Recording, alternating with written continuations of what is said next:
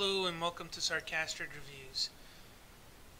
The puppy in the pictures is Vader. He's half lab, half husky. He's all mine.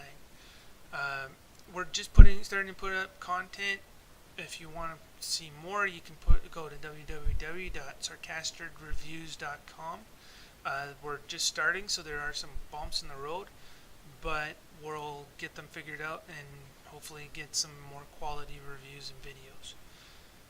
Right now we're talking about Arrival.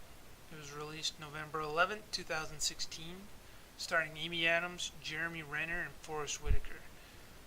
It's directed by Denis Villeneuve, who also did Prisoners and Sicario, and will be doing Blade Runner, the sequel to that. There are some comparisons to Contact, but it's really its own movie. It opens really strong with Amy Adams showing her the loss of a loved one for her, and it's really a collection of small scenes that eventually lead to a tragic moment, which does really get you, and it's a very strong start to the movie. And then you see the aliens show up, which everybody reacts to in different ways. Amy Adams herself just continues to go to work, but there's nobody to teach. She's a linguist, a professor, and all her students are basically staying home, which you can't blame them. There's aliens. As she's staying home, as she's staying at work, Forest Whitaker shows up, wants her to help translate because they've received the communication from the aliens. They don't know what it says. They need to figure it out. They talk to her, but her initial response is that she needs to actually see the aliens to learn how to communicate with them.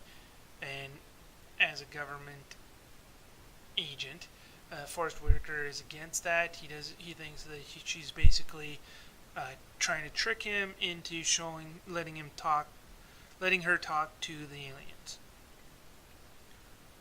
And eventually he learns that no, she's right. She actually needs to be there and to be able to talk to them and learn from them. So she gets invited. She goes to them.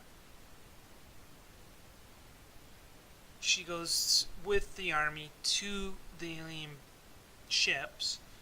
There's ships that have shown up all over the country. This one in particular is the one in the United States. And all over the world they've been showing up. Jeremy Renner is there. He's a theoretical physicist. Of course, he wants to know all kinds of information about how they travel, where they came from, blah blah blah. All she wants to know is how does she talk to them. That's really her main and only concern at the moment, is being able to say hi.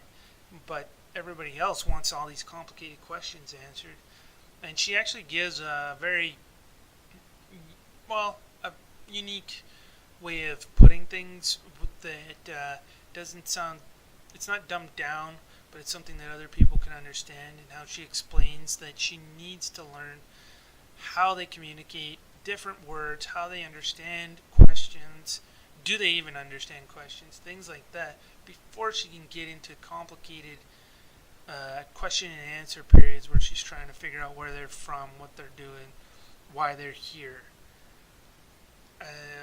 It's interesting to see that some countries communicate with each other. They're trying to share information.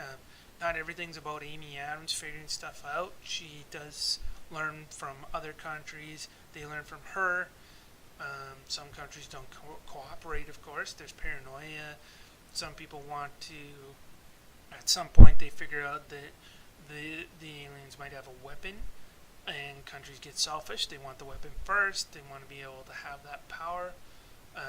Others think maybe it's not a weapon they're talking about, but they don't know because they're just learning to communicate. There's a lot of pressure from Forest Whitaker, directed at Amy Adams. He wants to know all the complicated questions. She wants to know just how to communicate, and there's an ongoing struggle there. Lots of pressure put on her, lots of frustration that she doesn't know how to talk to them right away, and you can see both points of view, but of course it takes a long time to eventually get to be able to have conversations with these aliens. The aliens themselves are cool. They could go either way when you see them. You don't know if they're hostile or not.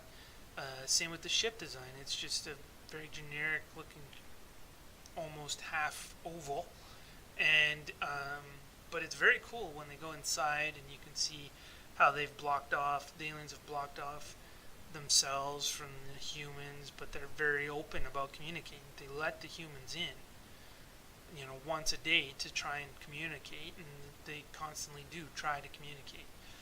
There's lots of paranoia from the government. They don't know what's going on. They hear the aliens use the word weapon, and suddenly they're thinking of the worst. There's also factions within the government, the soldiers that want to take it upon themselves to solve the problem their way, which of course leads to further issues and frustrations. There's some interaction between Jeremy Renner and Amy Adams. It's mostly bad flirting. You can see that they kind of like each other, but really they're more interested in trying to talk to the aliens than they are about, starting a relationship, which is good. It would have been silly for them to be flirting and talking about dating or making out or whatever while there's this alien ship looming overhead. It's really good. I would give this movie an 8 out of 10.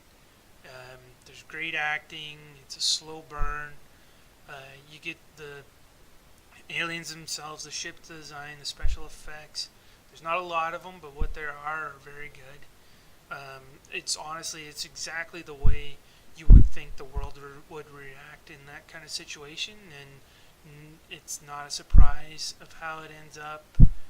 You get to see her and pull things out at the end, which of course you would expect, but the way she does it is a bit surprising. You don't really see it coming till maybe halfway through the movie, which is good. I like that. It's an original idea. The way that she communicates with them, the way that she interacts, and what they're here for. So yeah, I would give it a 8 out of 10.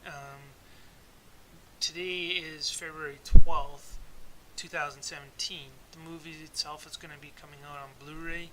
I would highly recommend it, and I believe it's going to be nominated for some awards. So we'll see what happens. And if you want to see more content or listen to more reviews, go to www.sarcasticreviews.com.